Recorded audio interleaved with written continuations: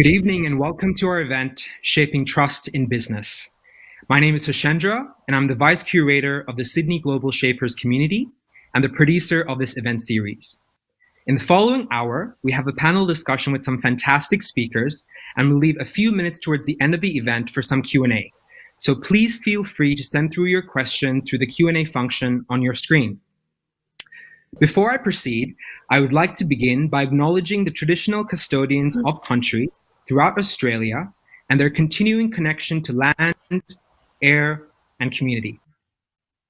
I'm dialing in from Sydney this evening and I'm on Gadigal land. I would like to pay my respects to these traditional custodians, their ongoing cultures, and to the elders past, present, and emerging. Tonight's event is a second part of a Global Shaper community series we are running for the 2020 Spark Festival. Our hub in Sydney is part of a network of over 400 hubs across 148 countries, comprising of young leaders 30 and under driving socially impactful initiatives in their cities.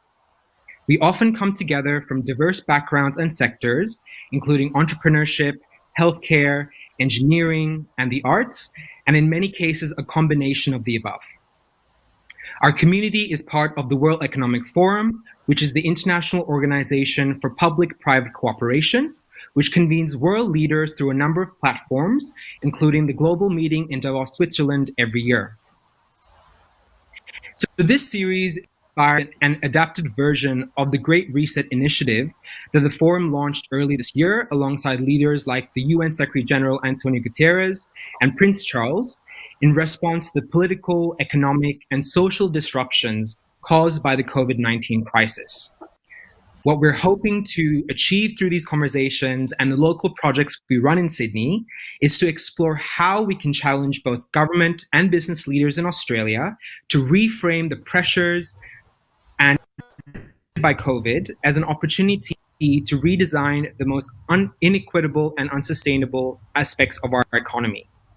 So I would now like to introduce Taylor Hawkins, the curator of the Sydney Hub, who also happens to be the moderator of our event tonight. Taylor is a passionate entrepreneur with a focus on social impact, innovation, and leadership. She has spent the last several years building her strategic consultancy for founders, seeking to empowering large-scale organizations to foster inclusion and innovation in their ways of working. Apart from being curator, Taylor is a member of the board of directors of the Global Shapers community in Australia and is the chief people and culture officer for 180 Degrees Consulting, the world's largest consultancy for nonprofits and social enterprises. Taylor has been recognized as a Smart Company 30 Under 30 list and is part of the Foundation of Young Australians Young Social Pioneers program and is also a climate reality leader. Over to you, Taylor. Thank you, Hashendra. It's an absolute pleasure to be moderating this panel. It's such a diverse group of leaders who are really representing and bringing strong opinions to the space, which I think is hugely valuable. Number one, we've got Edward Santo. Edward's been a human rights commissioner since 2016. He's a visiting professorial fellow at the University of New South Wales and is a member of the World Economic Forum's Global Future Council on Human Rights and the Fourth Industrial Revolution. Lindley Edwards, we are also joined by. She's having a few technical difficulties, but she'll be with us shortly. And she is the Group Managing Director of AFG Venture Group. She's an experienced corporate advisor, a director of the National Bank of Vanuatu, and is the chair of Mindhive, Zinger Bank, and the Coral Sea Cable Company. And amongst all of this, she finds time to do her PhD in philosophy, which is quite phenomenal. We also have Jehan Ratnatunga, and he is the VP of Growth at Who Gives a Crap, forgive my language.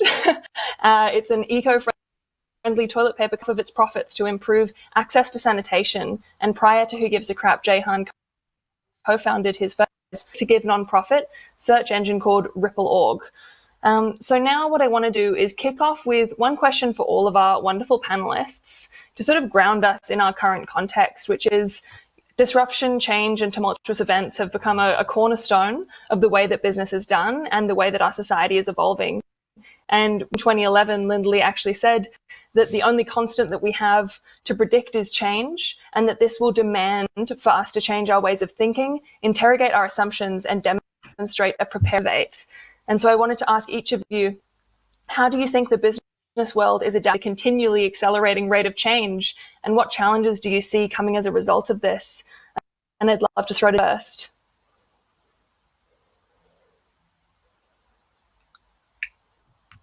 I couldn't hear the whole of that. Were you throwing to me that question? That was to Jehan, but if Ed, you can hear me, Okay, and Jehan, no, you go ahead, Jehan. Oh, sure. Sorry. Yeah, I was cutting in and out for me a little bit as well. Well, first of all, thanks for having me, and pleasure to be here. And I feel like I have no business on a panel of such amazing peers. So it's exciting to be here. For the question about how businesses are dealing with change, I mean, I think I'm quite optimistic about this, and I really feel like there is a great kind of positive to come out of the great amount of change we have seen in the world.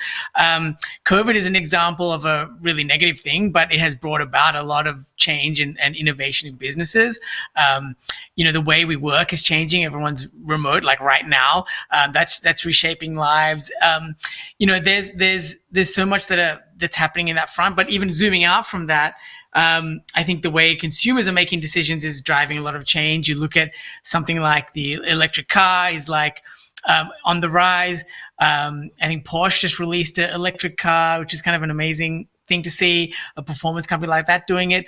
And I really feel like the all the different types of change, whether they be catastrophic things like COVID or consumer change or anything like that, is really driving a lot of great positive innovation on the business side.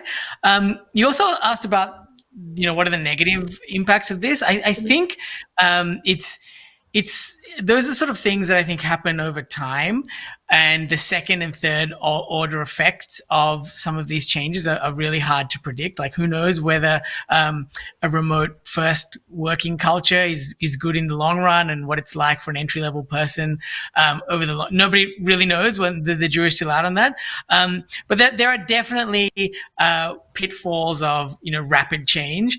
Probably the most extreme example is something like fake news, which is probably born out of the rapid rise of social media and a bunch of innovation that came out of that, but has also meant that the checks and balances on those systems have been there's been a bit of a lag there.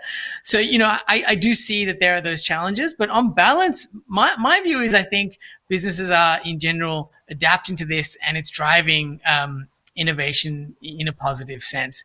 But I'm just a toilet paper salesman, so I don't really know what I'm talking about at all. So that's my take, though. But to dig a little deeper into one thing that you said, because I think a unique perspective that you have on this panel is sort of your relationship with consumer behaviors. And I think you raised a really interesting point on that, which is that is driving a lot of the change. What are some of the biggest trends that you've seen in consumer behavior over the last, say, 6 months to a year? And how do you see that changing the way we do business? A recent example, I don't know if it's in the last 6 months or a year, but something like single-use plastics is like clearly on its way out. It may seem like a small thing when it's straws in restaurants, but also at supermarkets and in the packaging in our food. And if you look at the cumulative effect of something like that small change in one tiny aspect of all the consumer decisions that are made, I feel like that's a really powerful example of how companies or the businesses are adapting to changes in consumer preferences, and it's leading for an overall net positive and like high impact change in the world. That would be a recent example, not a COVID example at all, but just a recent example where I think the consumer decisions are driving positive change. Great, fantastic. And Ed, to remind you what the original question was, it's obviously how are you seeing businesses adapting to this rate of change, and what are the challenges you see coming from this? So I'm going to answer your question a little bit obliquely. So many of the conversations that I have as Human Rights Commissioner are about values. And so when I'm having a conversation with a senior executive in a big company or a small company for that matter, probably because of who I am and my job, it's often about what does the company stand for? What is it trying to do beyond the day-to-day of making widgets or whatever the company does. And similarly with government, that's the kind of nub of the conversation. And then the conversation ends, and then the company goes back to making widgets, and completely understandably, that kind of conversation about values can become secondary and then tertiary, and then sometimes kind of it can fall by the wayside. That I don't say that critically. It's the most natural thing in the world. I completely understand that. I think what we've had with COVID-19, a true global catastrophe, a pandemic where so many lives have been lost, so many people have been have had their lives directly upended, and then indirectly the economic and broader social consequences are immense. That is truly awful. I mean, we should see it for what it is, which is a catastrophe. But it has done something to that conversation about values. It's essentially said to companies and governments, let's come back to that conversation about values, because in a crisis, you really have to make some very difficult decisions about what you're truly going to take seriously. And perhaps if I start at the government level, on the whole, I've been, I guess my optimism has been replenished.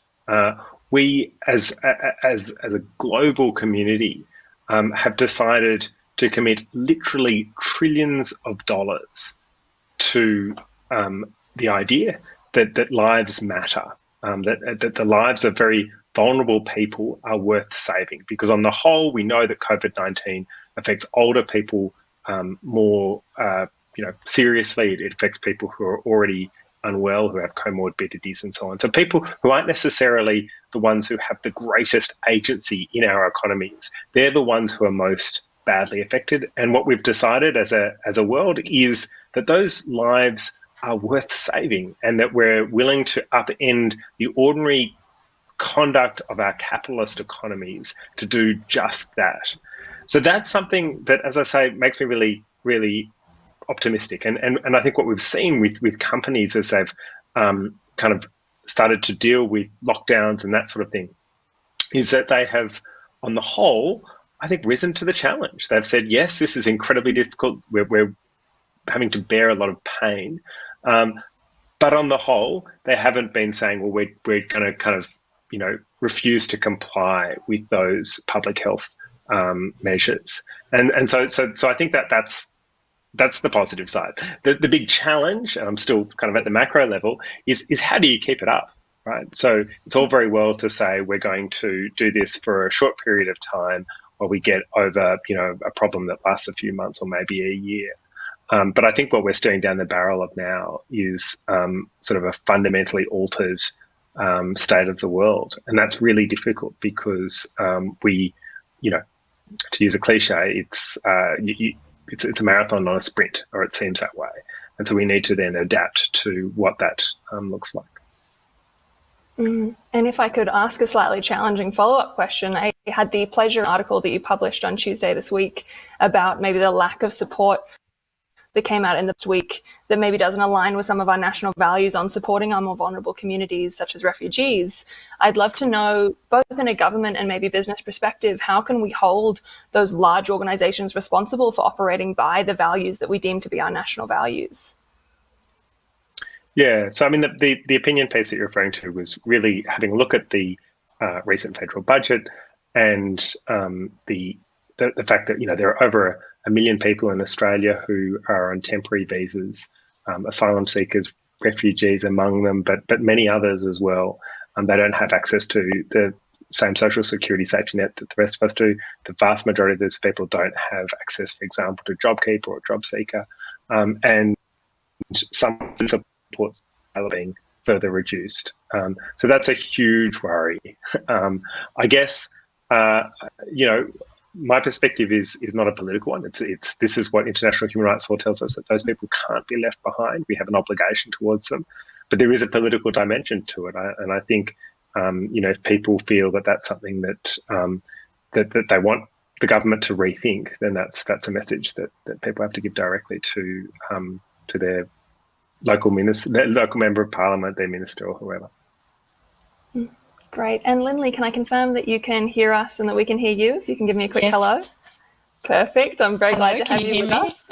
Yes, I can. That's fantastic. And so I'd love to also throw to you. I think that you have a very broad variety of experience across sort of tech-based companies, finance institutions. And I'd love to know, what are the benefits and pitfalls that you've seen to us integrating more technology into the way we do business, and how pushing the boundaries between advancing while also protecting our vulnerable communities? Okay, so nothing is ever really clear cut. And we do there's something about human nature when we like something to be right and we like or it to be wrong and become quite binary. And there's a concept that comes out of philosophy that I really like, which is the tension of the opposites and holding a dialectical position. And this thing of holding that I love, the opening lines of Charles Dickens' A Tale of Two Cities. This is the best of times and the worst of times. It looked like everything was possible. It looked like everything was dying. And I would say that I adopt a position, the world is getting better and better, worse and worse, faster and faster.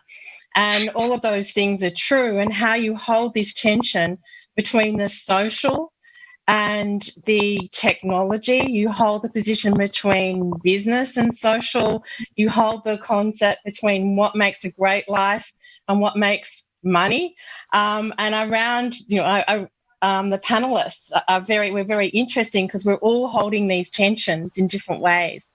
So technology, what's happened with COVID, it's actually fast-tracked the uptake of technology, all of the things that were already there. However, what I'm very wary about is that we don't embrace the new and forget the old, that we don't embrace the new and don't bring forward from these core things that have made us humans and kept us human about community, caring for each other, that still comes into dimensions in technology. And I think it's very, very, it's a disaster if we just let technologists design the future. It's a disaster if we just let business people design the future.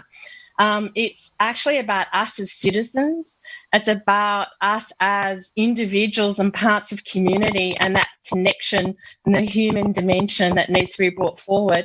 And at the same time, you can have advancement. At the same time, you can have profit. But profit without the social capital and growth of social capital is not very meaningful. And I think that actually provides a really great segue into, Jehan, a lot of the ways that you've approached business is that do well and do good at the same time mantra. And I'd love to know, how do you think we can promote that migrating more into the mainstream and this sort of cross-disciplinary, holistic approach that I think Lindley is alluding to? How can we make that more accessible to more people? I agree with what you're saying, Lindley, about this tension. We think of it a little bit differently. So at Who Gives a Crap, we donate 50% of our profits to build toilets in the developing world. And so every day we're making these decisions about how much do we reinvest into the business of our profits at the expense of being able to make our donations at the end of the day. And that's a trade-off we're always doing. But what we've ultimately found for us is that doing good is actually really good for business. We've found for us it's been an amazing tool to help people talk about our brand, and that's made it really easy to acquire new customers. And also we keep our customers informed about the impact we're having, and whether it be building toilets or the environmental impact we're having from offering recycled paper. And again, that element of doing good has really helped us retain customers as well. So just from looking at it through a pure business lens, we've found sort of a counterintuitive thing where, it would be crazy for someone to suggest just donating away 50% of your profits, but we actually think we've been able to grow more than twice as fast as a result. And so to the question of like, how do we get more and more businesses thinking like that? I think one way is we'd like to lead by example. But I actually think this is happening. I think there is a lot of businesses that are at this intersection of like, offering things that are better for you, the consumer, and also better for the world. And I think when you can do both of those things, there's like exponential potential. I think Tesla is like an amazing example of that, where before you even look at the environmental side of things, it's just a really appealing car and a great product. And so sort of like it ticks the better for you box, but it also happens to be zero emissions and an amazing, driving an amazing change in the world and really making a difference to how we consume energy. Beyond Meat is another example where, you know, there's a huge shift coming there where it's like a game changing in terms of flavor, and you can actually compare it to a real quote unquote, you know, real burger. But it's also much better for the planet by having a plant-based option. And I think there's a lot of momentum in that intersection.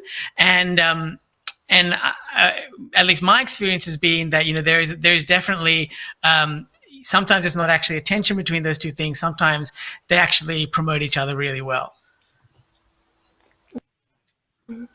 The point that you've made about the tandem effect of trust with your consumer that you're involved with, which part of the 10 goal grandma would think we won't do it, we don't engage in immoral lending. And I'd love to know if this is sort of an ethos that you bring to most of the businesses that you work with or are involved with, and if you see it have the benefit that Jehan's speaking about.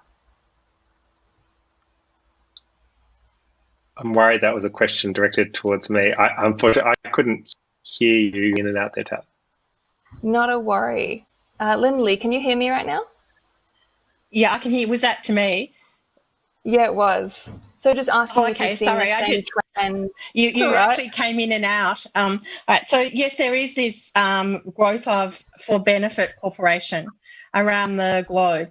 And there is this also the rise of impact investment around the world. There is also the impact of big pension and large investment funds looking at social impact and social consideration and taking an environmental perspective, you know, the ESG, environmental social governance perspective.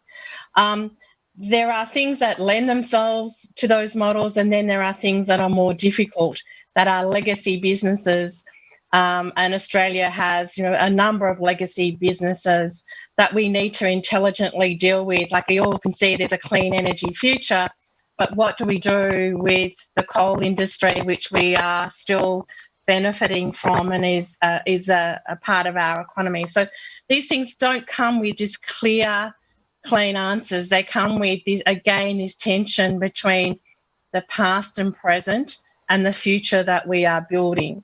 And one of the things that, you know, I really do like, you know, what Tesla is doing, and one of the questions I always ask myself, if Elon Musk sat in Australia, would he be able to build Tesla? And unfortunately, I think the answer is no, because it requires this convergence of people willing to invest in the future and also this patience of capital. So, you know, and this is where it comes back to our own agency. If we have, you know, collectively one of the fourth largest groups of amounts of funds in the world for our superannuation, but we're not exercising any of the agency of having that asset by insisting that some of this be invested in certain ways and having more agency and saying this is what we want to have happen with our money, because all of us are usually chasing a return. And Ed, this question is directed to you.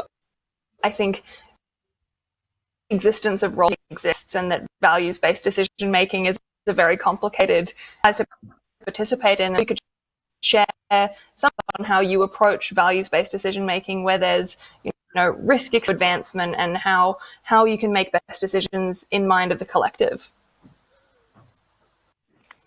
And that again is to me. That was it too. I think that one was to me, actually. You're cutting in and out a bit, okay. But I think the nub of the question was that, you know, how companies would values-based decisions and perhaps what some of the pitfalls might be. And maybe that on its head. I think we've seen a number of examples, actually particularly from the tech world, where you have companies that are established with huge positive ideals. In some ways, one of the most sort of dramatic kind of explosions was the Elizabeth Holmes venture Theranos, which some of you may have seen the documentary about that. And essentially, I'm from the NGO world, but I've kind of lost track of the number of people from tech companies who are even more evangelistic about their values. That, I think what Elizabeth Holmes was saying, and she wasn't alone, was, she's there to change the world. And we hear that a lot from companies. And some are doing exactly that. I think we've got some great examples on this, on this forum. But others, I think, are just sort of taking that language and using it as a bit of a smokescreen. And I guess my kind of, it's not a startling insight or anything, but certainly I think what's become increasingly clear is that eventually you're going to be found out. And when you do get found out, if you're kind of just basically doing a marketing play, when you do get found out, it's going to be a pretty big, destructive explosion. And so what's the alternative? The alternative is to think really deeply about your values. Be kind of straight with your consumers, like with your customers, the people that you're actually trying to work with. One of the things that we've found in our work over the last couple of years is that consumers often find it a bit bewildering when they are kind of spoken to by businesses as if the business is kind of the Red Cross or some entirely kind of not-for-profit organisation, and I think they sometimes discount that, not always fairly, but often fairly, on the basis that just doesn't seem right. That the idea surely is to be successful and make money. There's nothing wrong with that. So I think finding an authentic voice that if the desire is to do good as well as to be financially successful, to say that, but to say that sort of honestly, and also I think to be honest with your consumers and the public more generally about what are the difficult things. So we've seen again in the tech area, I guess, a bit of a reckoning with some of the big tech companies where there's a growing awareness that there can be real harm that has perhaps been hidden from view of the presence. And I'm really starting to see a divide between those companies that basically try to get a problem by saying, well, there's nothing to see here, it's all fine, we're really good, and other companies, you know what, there are some problems here, here's what we're doing to address it, kind of anti-regulation. We want to be successful, we don't want to be over-regulated, but we want to take a kind of a really mature approach. And I think it's that second category that will build a much more enduring kind of level of trust and have a business that kind of is there for the long haul. Mm. Excellent. And I think to peel back the layers of this trust conversation a bit more, at the end of the day, the people at the helm of these organizations are individuals just like anybody else. And so I guess the root of this is, how can we trust ourselves and other people to be doing the right thing? So I guess the question I'd love to pose to you, Jehan, is, how do you guide yourself on what is right versus not right? And also, what do you think is the responsibility of the individual, let's say if they're not leading a large organization, to push progress in the right direction? On the first part of how do we make decisions every day, we have a big goal at the company, which is that everyone in the world has a toilet by the year 2050. And so we sort of say that to the employees, and we're reminded of that on a regular basis. And that's, at a very high level, that's how we frame up our decisions. Sometimes the answer is not obvious about how much you should forfeit today to have a bigger payoff over the long run. But it has guided the business to do sensible things, such as not spending more money than you're earning, which is, good business learning, I'm told. But other startups, just to put some context behind that, other startups typically, are unprofitable for a long period of time in the hope of like fixing their unit economics and in the hope of a payoff later on. We've been able to make those decisions with this lens of, hey, we want to really have some profit to be able to drive a donation at the end of the day. And so that's been the sort of high level of how we do that. The other part of it is we realize that what we're really trading on, and many other companies that are in our space are trading on trust with the consumer. And so that leads us to be very transparent about decisions we've made. It leads us to like have the right kind of dialogue and try and make it clear that, we're not putting a smokescreen, to use Edward's kind of analogy there. We're not trying to fake our way through here to just care about profits and pretend to care about impact. We really try and make it clear that we're doing the same thing. And so, and then the second part of the question, I think, was around how, what individuals can do around this. Do you mean as consumers? Is that what you mean? Yeah. Yeah, I think, this is kind of at the core of how we think about, profit for purpose type of endeavors, which is that, the power of the consumer is massive. And so if there are a few that can change their decisions, that can really have a trickle-on effect to drive much larger systemic change. And so, and I think it's like one of those things where it's very organic. And I think, to talk about the world of toilet paper, nobody talks about toilet paper, but then we've found a way to make people post images of their toilet paper in their social media and help change behaviors more widely by designing a beautifully packaged product. So I think it's sort of a two sides of the same coin. I think the businesses have to offer something that's like compelling and challenge the norms, and the consumers have to be willing to give it a shot. That's sort of how I think about it, and I think the sum effect of that can be quite dramatic. And I can definitely second the effectiveness of your packaging. I have my toilet paper stacked up on display, which I've never done with any other brand. So you guys are clearly doing a good job.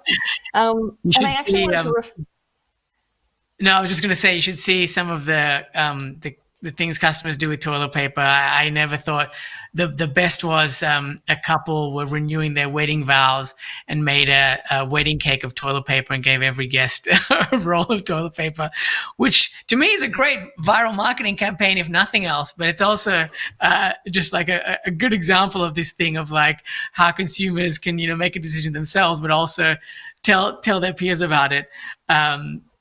Just to let you know about toilet paper wedding cakes. That's fantastic. And I think I actually wanted to refer back to a quote that I pulled from an interview I believe you might have done about 6 years ago, which is really resonated with me, being someone who tries to drive social impact initiatives and often feeling out of my depth with what's happening. You said eventually you realize no one really knows what they're doing and you just have to go with it and do it.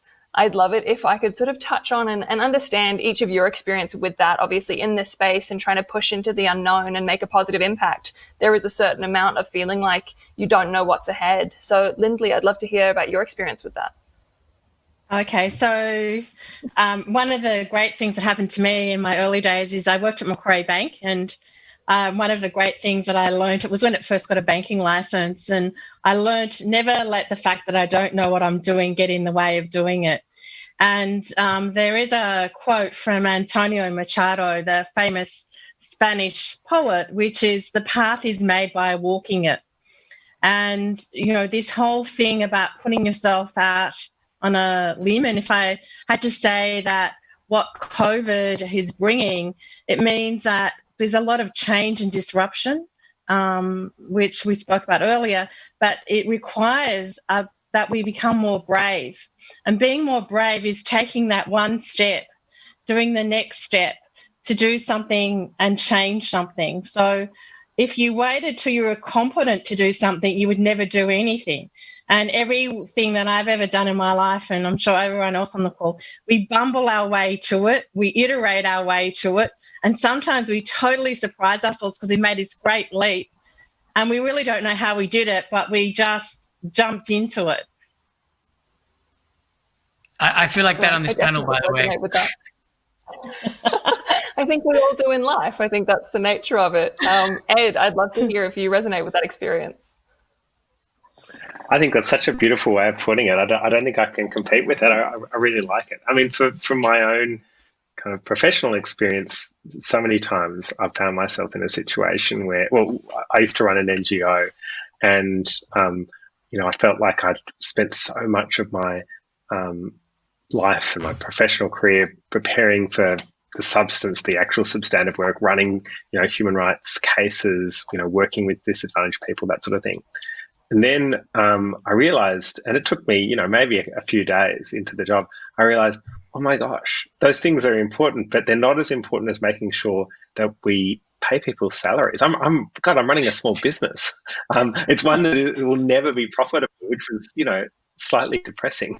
But and then I realized, I've got really undeveloped skills in those areas. I was kind of like that kind of stereotypical image of the kind of left-handed, bodybuilder who goes into the gym and just kind of works on their muscles on the left arm, the whole time, and forgets to ever, work on their right arm muscles.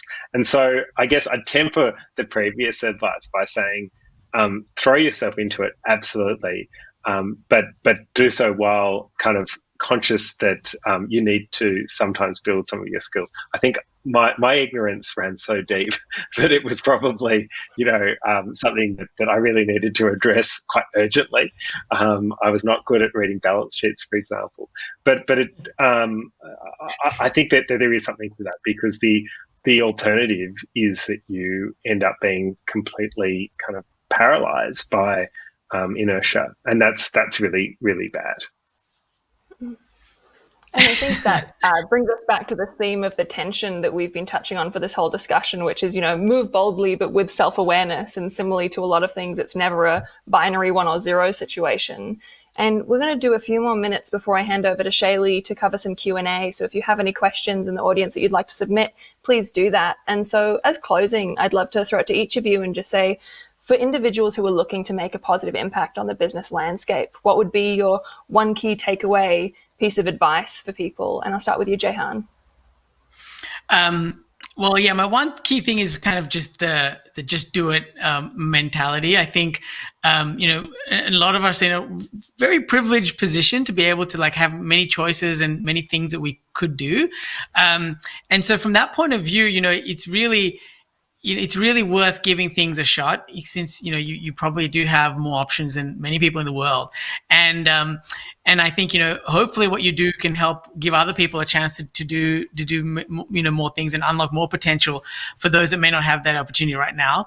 But that's really it. I totally agree with the idea that it doesn't matter if you know everything or nothing about the thing you're going to do, and it's probably way more fun if you know nothing.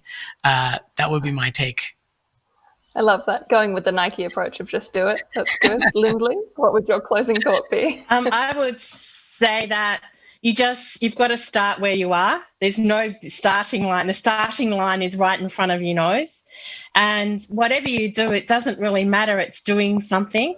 And when you do something, and I was very influenced as a younger person by Anita Roddick, who set up the Body Shop, which is one of the first for-benefit businesses that I think in the world, in a modern context. And she said there's no such thing as a mistake. It's only a mistake if you keep doing it, if it's wrong. So you're this courage and bravery to do the thing that's close up. And there's a beautiful poem, which, later on, if you want to share it, it's by David White, is do the first step, the step closest to you, the step you didn't want to take. And that is the step you've got to do. So it doesn't matter what it is, but do something. Amazing. And that is a very good piece of writing that I would recommend. And Ed, what would your closing piece of advice be? Yeah, I'd pick up on the point that Lindley made. I mean, and also really, who gives a crap is such a good example of a company that said we've got a goal, a social goal in mind, and it's not an abstract one; it's a really specific one. And here is tangibly what we're going to do. The 50% profit thing is really easy to get your head around, and I think there are a lot of people who go into business who have a more abstract goal, or they say, we're going to do this thing, we're going to just help generally whenever we can. And I think that very easily falls by the wayside. So I think if you are motivated by good, make it as concrete as your other KPIs, and make it measurable, because of course in the business world in particular, those are the things that tend to be valued. And hold yourself to it. Of course, Lily's right. You may set a goal that is too ambitious or not ambitious enough, and you can adjust. But it should be one that is genuinely able to be kind of evaluated. And it reignites my optimism to an extent that we can have leaders from such different backgrounds and experiences that all draw on these central themes, which means that there is still some sense of order in the chaos, which is great. I want to thank everyone for their perseverance and persistence with some of the technical difficulties, and now pass over to Shaylee, who's going to go through some of the Q&As that we had come through during the session.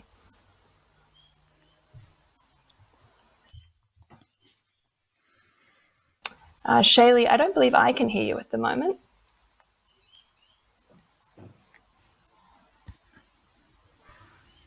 Hi, so sorry about that. Hi. Hello. Hey, we got you now. Thank you so much. Hi. Yeah, thank you so much for being here. It was a lovely discussion. There's so much to think about personally and even on an organizational level.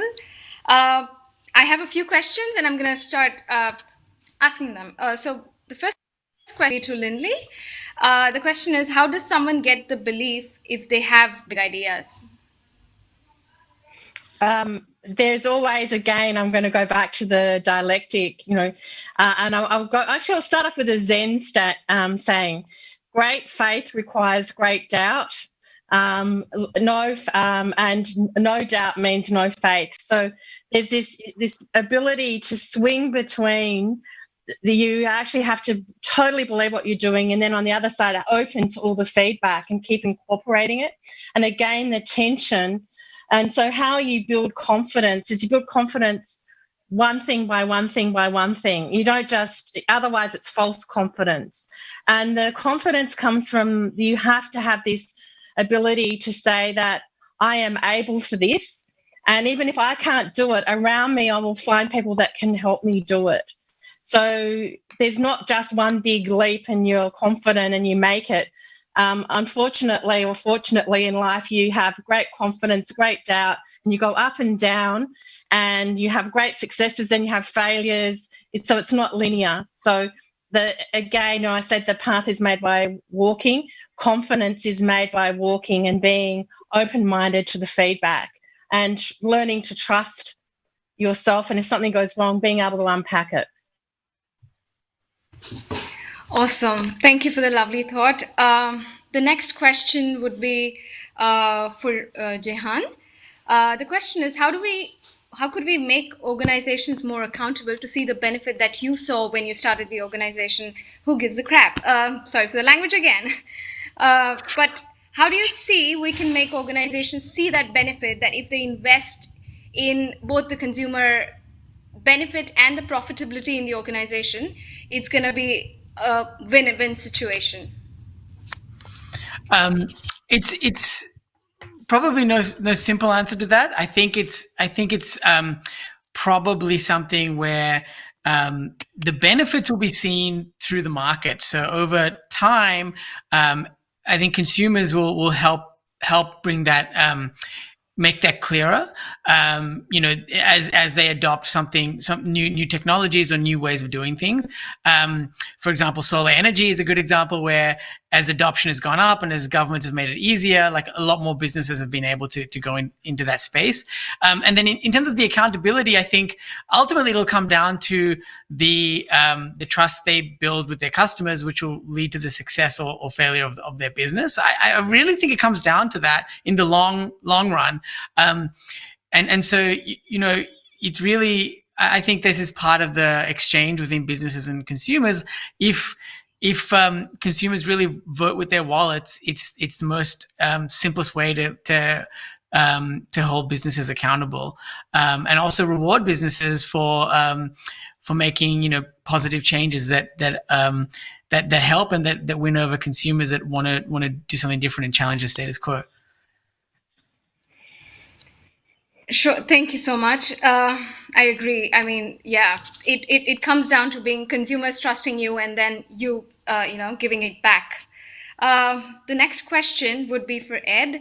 Sorry, just a second. Local innovations or startups you have seen at the interaction of human rights issues and tech. Can you just repeat that question? I think I caught 50% of it. Sure. What local innovations or startups you have seen at the interaction of human rights and tech? Yeah. So there are some companies that we've seen who I think are doing a truly extraordinary job at living out their values in this area. We're doing because technically I'm part of government. I probably shouldn't call out some really, really good companies, but we're doing this amazing, truly groundbreaking experiment at the moment, looking at algorithmic bias. So many of you would be aware of that. It's where you use AI to help make a decision. It could be by government or it could be somewhere else, and inadvertently you have the problem that it may be that a particular group of people are disadvantaged. So let's say hypothetically you're a bank, you're determining who gets a loan, and suddenly you find that your algorithm is making it much harder for women to get loans than men, which is a real and sadly quite a common problem. We've seen some truly amazing companies who have said, oh gosh, we've got this problem. What we're not going to do is just pretend it doesn't exist, because that's not a very approach. We're also not going to just kind of throw out all of our computers and stick our heads in the sand and pretend that tech revolution isn't happening and kind of just make decisions using abacuses. Instead, what we're going to do is we're going to be really mindful and open about how to actually solve this problem, because we want to be able to make more data-driven decisions. We want to be able to kind of harness some of the truly revolutionary power of artificial intelligence, but we want to do it without causing harm. And we've seen too often, right, that new technologies beta tested against some of the most vulnerable people in the community. We don't want that to happen. So the companies that I think are doing really well in tech are the ones that are excited about the opportunities that new tech like AI provides, but are actually quite realistic about they're also coming with some risks and threats, and clear-eyed about how you identify and address them. Thank you so much for that. Question would be for Jehan again. Now that you've conquered the toilet paper market, what would be the next in terms of new product lines? With a new product, would you expand your definition of beneficiaries, example past building toilets for profit? I don't think I've conquered the toilet paper world. Although that, one day I'll call myself the king of toilet paper, but not today, guys. I can speak to this from a who gives a crap perspective, and it kind of ties back to some of the comments I've made before, which is, if you think about the ways that there can be real change in the world, government is obviously one through policy, and that's for the people in government. You could be a cajillionaire like Bill Gates and just like vaccinate continents, or you could take what consumers are doing and just help them shift their decision just a little bit which in totality has a huge effect. And so when we think about it through that lens, our next products would most likely be in the household, also highly commoditized, just things that have large reach. And we think our company goal is still about sanitation and toilets. So I don't think it would change the end beneficiary charity, because we want to keep our focus on that long-term mission. But we do think that it's possible for us to do other things inside the house with consumable commodity products that we could do in a more interesting, exciting way. So who knows? Maybe people will be having weddings with bars of soap, or I don't know. But there's a lot of stuff in there, and there's just so many purchase decisions that happen mindlessly in the house that we could just shift a little bit and make a big impact. That's the philosophy. Awesome. Thank you so much for that. The next question would be for Ed. I can imagine that the path you have walked over recent years as the Human Rights Commissioner has been challenging in more ways than one. And like many, you have felt a sense of fatigue at times. How have you gotten up every day and still done everything that you've done? Well, I'll try and be a really honest answer, because it's a very important question. You definitely have to be a bit of an optimist to be working in human rights, because sometimes the wins can take a long time to come. And particularly at the Human Rights Commission, we can kind of sometimes also have to navigate some pretty choppy waters. And I often pretend that, if we are criticised publicly, or if I'm criticised publicly, that it doesn't affect me personally. But that's actually a lie. I find all of those things excruciating.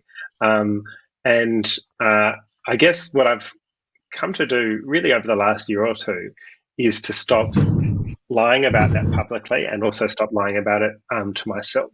One of my closest friends is a doctor, and he practices in one of the most difficult areas of cancer medicine, where all of his patients are very, very ill. And one of the things that he and I kind of bond over is that sometimes it's better, in fact, it's almost always better, to try and access your actual emotions rather than the ones you feel you should be feeling. And so I guess what I try and do is I sit with those harder emotions, the disappointments when they come. But what I also try and do, and I feel like because I'm better able to access those negative emotions, I'm also better able to truly enjoy the wins. And we do have wins, right? We had a recent win in some of the big public debate about whether people in immigration detention should be denied mobile phones. That was, a very controversial bill that was put forward. We strongly opposed it. And now the casting vote seems to have been cast by Jackie Lambie, who we provided plenty of kind of briefings to, in basically saying that we're not going to deny mobile phones to people in immigration detention. So that's a win. That's an important win. And I know from inspecting immigration detention centres how mobile phones can be a lifeline. So I feel like it's quite important now to kind of sit with that positive feeling as well. So it's short version is really to be kind of as open to the real emotions, the kind of lows and highs that naturally come with working in a difficult area, and find ways of coping with the lows honestly, but also benefiting from the highs. Thank you so much, Ed. I think you being so brave and optimistic and every morning is helping us in one way or the other. So thank you so much for that. The next question is for Lindley. Has your study in philosophy influenced your actions and thinking in business? A lot. Because I was a person who was very focused. I'm a product of the Australian education system of, doing degrees, but very vocationally based. So my background before doing philosophy was accounting, banking and finance, business, corporate governance, and I did do some work in digitization and technology. So to go off and do philosophy, I actually have done it in the US, because in the US they will let you jump disciplines, and it was very hard, and I'm about to hand in my thesis, but it's very hard because I don't know if it was new for me or it was new for the field. But they all thought I was strange, and I thought they were strange. And I've had to learn how to write completely differently than when you're writing for business. But what it's done is given me some idea about whose work am I standing on. And we all have this human legacy of all of these people over eons who've come up with ideas and come up with concepts and come up with wisdoms that make the world work. And so I'm more confident in understanding whose work I'm standing on. And I'm more confident when I'm working in a cross-cultural experience that, okay, I understand your ideas are built on particular religions and particular ways of thinking. And I like to take ideas from other cultures and from other wisdom texts and actually say, what is true today? And for me, it's about taking these past wisdoms and then applying them into a 21st century, because no human beings have been in a place we are in a place where we have as much power as nation states had. We can, if we got a right sort of printer, we can print three-dimensional materials. We can actually create our own currency. We can create communities from our desktop of people around the world. We can know so much and do so many things. So now we have to build our skills to deal with that in an intelligent way that actually lifts all of humanity. So it has changed the way that I think, and clients would say I'm a better strategist for going down the arts, but the arts for me did change my thinking. Thank you so much for that, Lindley.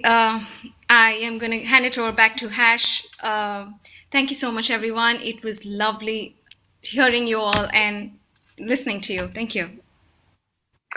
Thank you, Shaylee. Thank you, Taylor, for running such a tight ship in terms of the event time. And thank you so much to the panelists, Lindley, Ed, and Jehan, for joining us in our conversation for today.